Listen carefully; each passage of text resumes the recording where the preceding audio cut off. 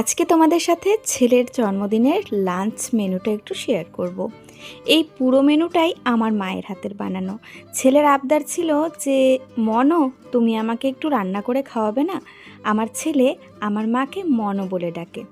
আর মা ছেলের জন্য রান্না করেছিল প্রথমেই সাদা ভাত, তার সাথে ছিল 5 রকমের ভাজা, আর এখানে ছিল ঝিঙে আলু দিয়ে পোস্ত, ছিল মুগের ডাল, আর তারই সাথে ছেলের খুবই পছন্দের যেটা হচ্ছে চিংড়ি মাছ। চিংড়ি মাছটাকে একটু সর্ষে পোস্ত দিয়ে মা রান্না করেছিল। সাথে ছেলে আবদার করেছিল আজকে একটু খাসির মাংসই খাবো, চিকেন তো প্রতিদিনই খাই। তাই মা আজকে ছেলের জন্য এইভাবে মাটনের একটা কষা বানিয়েছিল। আর সাথে আমের চাটনি, এখনও আম ফুরিয়ে যায়নি তাই কাঁচা আমের চাটনি।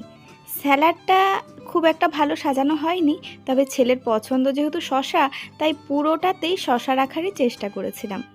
ছিল এখানে 5 রকমের মিষ্টি, যার বেশিরভাগটাই রসগোল্লা। ছেলে আমার রসগোল্লা ছাড়া আর সেরকমই কোনো মিষ্টি খেতে পছন্দ করে না। ওর পছন্দের একটা আমুলের মিষ্টি দই ছিল, এটাই ও খেতে পছন্দ করে আইসক্রিমের থেকেও।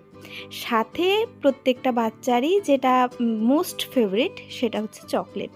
তো এখানে ছিল বেশ কিছু চকলেট দিয়ে একটা প্লেট সাজানো, এটা ওর খুব পছন্দ হয়েছে। আর সাথে এই যে চিপস আর মাজা। আমার ছেলে আবার এই চিপস কুরকুরে খুব একটা বেশি পছন্দ করে না। আর ছিল এক গ্লাস জল, এই দিয়েই ওর থালাটা আজকে সাজানো ছিল।